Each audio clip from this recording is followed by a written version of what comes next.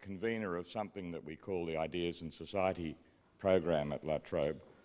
The idea of this is to have staff and students, but also members of the general community, to come for serious discussions of ideas and to participate in questions. I'm really delighted to see the audience here today. This session is an experiment for us. In general, we've had topics that are very broad. This is the first time we've tried a discussion of a fundamental issue, but one with a very particular set of interests. And I'm absolutely delighted, and I thank you all for coming, because it's convinced me that discussions of serious policy issues and matters that will make this possibly a better society can be conducted in our forum. I'm not going to introduce the speakers. That will be done in a minute by Christine Bigby. I just want to thank the four speakers very much for coming today. I'm an interested part of the audience, really, and I've come here to learn. It's not an area I have a great familiarity with. It is, however, an issue that I think is of fundamental seriousness, and I hope La Trobe University, through this forum, can play a small part in helping the cause of a humane system of welfare and a humane system in general for the disabled sections of society. So with that, I introduce Christine Bigby, who's the Chair in Social Work at this university, with responsibility, I believe, for postgraduate studies. Christine will be leading or chairing the session today and introducing the speakers. So with that, I thank you from the bottom of my heart for having come, and I hope this is a fruitful occasion.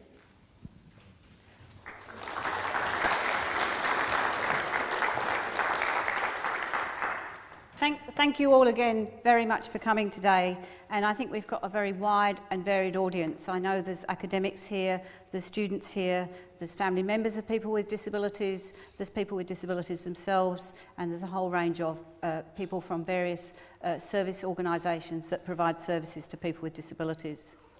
The aim of today is to discuss the Productivity Commission report on support and care for people with a disability, and its proposal to establish a national disability insurance scheme for people with disabilities, which would be a very significant landmark in the reform of the welfare state in Australia. It would probably be, if it gets enacted, the most important reform since Medibank was introduced in 1975. But from the perspective of an academic and a student of the welfare state, this report probably has much the same standing as the 1942 Beveridge report in the UK on social insurance and allied services, which laid the foundations for the British welfare state by addressing the 5 giants that were identified at that time of want, disease, ignorance, squalor and idleness. In that report, disability was framed very much in welfare terms. So there was a compensation scheme for people who were injured, and there was income support for people who were unable to work. So the main form of welfare was income support. And since that time, both in the UK and in Australia, there's been a very strong welfare flavour to policy for people with disabilities. People have had the right to income support if they can't work, but they've had no right to support services to enable them to participate in the community. Budgets for services to enable participation have never matched needs, and that's resulted in rationing and waiting lists, and in Australia, very high levels of unmet need, which has both obstructed people's participation in the community, but also interfered with the quality of service provision that has been available. Central to the National Disability Insurance Scheme that's being proposed by the Productivity Commission is not welfare and compensation, but a right to provide support for people with disabilities to be included and to participate in society. The scheme aims to fund the reasonable assessed needs of people with a disability, to establish a properly financed and cohesive scheme, and to provide high quality care and support. It aims to give people with disabilities choice and control over their own lives and over the services that they receive. But also, alongside the support for an estimated 360,000 people with disabilities, the scheme would also champion changing community attitudes and the removal of obstacles that interfere with the social participation of people with disabilities. This scheme and the report and the proposals in it are remarkable not only for the sense of an entitlement that they would give to people with disabilities to support services. It would remove the mismatch between policy intent and allocated resources. So there would no longer be capped budgets, services would no longer be rationed, and people would no longer need to get in a queue for them. Support would be a right, just as healthcare is at the moment. It's remarkable too for its bipartisan political support and for the community support that's out there in the community. And as the editorial in The Australian said a number of weeks ago, the advantages of this scheme are so self-evident, why are we having a debate about it? Today, I think, is a chance to hear the rationale of why we need this scheme, what the scheme might look like, but also to have some debate about it and to begin to critique some of the detail beneath the overarching scheme and try and move some of those ideas forward so that when the scheme is finally enacted over the next few years, it is the best possible scheme that we can have. So I want to introduce the first speaker today. Each speaker is going to talk for about 10 minutes, 10 to 15 minutes, and then each will speak, and then we'll have some questions and debate. The first speaker is Bruce Bonyhady, who I think is one of the chief initiators of the NDIS. He took this big idea to the 2020 summit and then became part of the Disability Investment Group that was established by Bill Shorten, the then Parliamentary Secretary for Disability, which has laid the groundwork for the Productivity Commission's report. He's also chair of Yooralla and chair of Philanthropy Australia, and in June 2010 was appointed as a member of the Order of Australia for his services to people with disabilities, their families and carers. And in between doing all that, he earns a living as a very successful businessman. So, Bruce, over to you.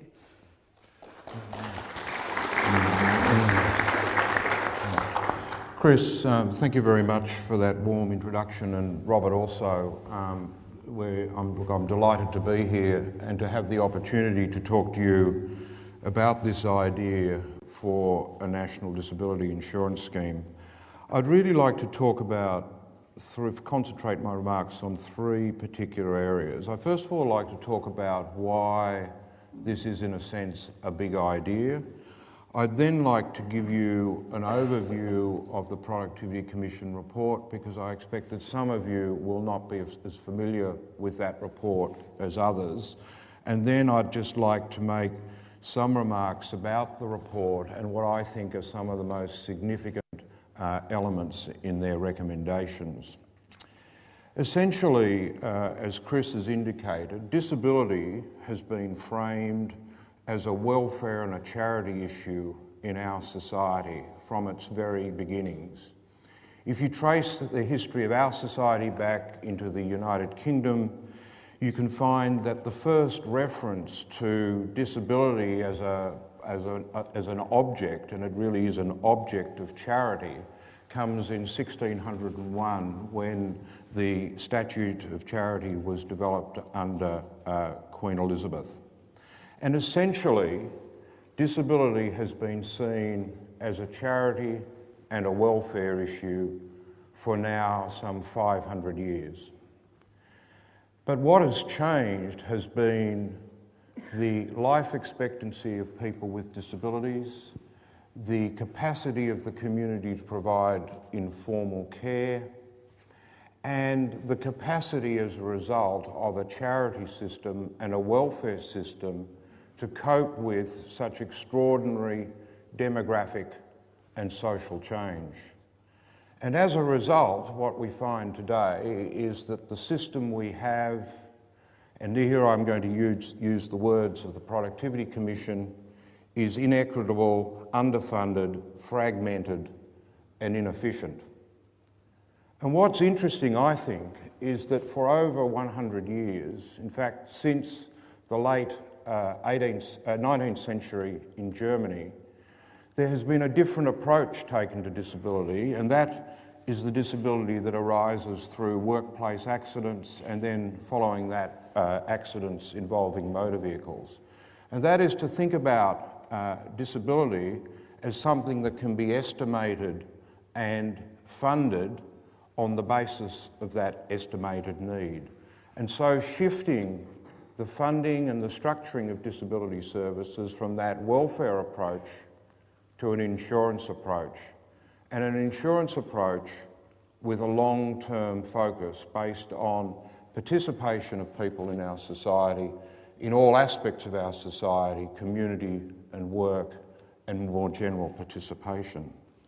And so in a sense, what this idea for a national disability insurance scheme does is it says, can we take those ideas that have applied for over 100 years to injuries in the workplace and apply them to disability more generally? Can we estimate the incidence of disability and plan for the funding that's needed and the support structures that are needed? And that's in essence what the Productivity Commission has recommended. So what it's done is to say we know as a society what the incidence is of different types of disabilities. So we know that for every 1,000 children that are born, 2.5 will develop cerebral palsy or will be born with cerebral palsy. We similarly know the incidence of spina bifida, autism, and we know the incidence of progressive medical conditions like motor neurone disease and multiple sclerosis. So let's estimate as a society what those incidences are, what the severity of the disabilities are likely to be, what the life expectancy of people with those disabilities is likely to be. And then let's say, what is it reasonable and fair for families to be responsible for, and what should be the community responsibility? So while we cannot estimate each individual's risk of acquiring a disability or having a child or a grandchild with a disability, we can do that very accurately as a society. And so let's take those actuarial principles and apply them to disability more generally in just the same way as we've been applying them to workplace accidents and motor vehicle accidents. So that's the big idea, if you like. What the Productivity Commission has done is that it has endorsed this idea, and I think it's important to recognise that they had extraordinarily broad terms of reference to examine all sorts of different approaches to disability, funding and structure of services. And within that complete range, which includes an examination of systems that are used internationally, they have come down in favour of an insurance approach. What they've actually recommended is two schemes.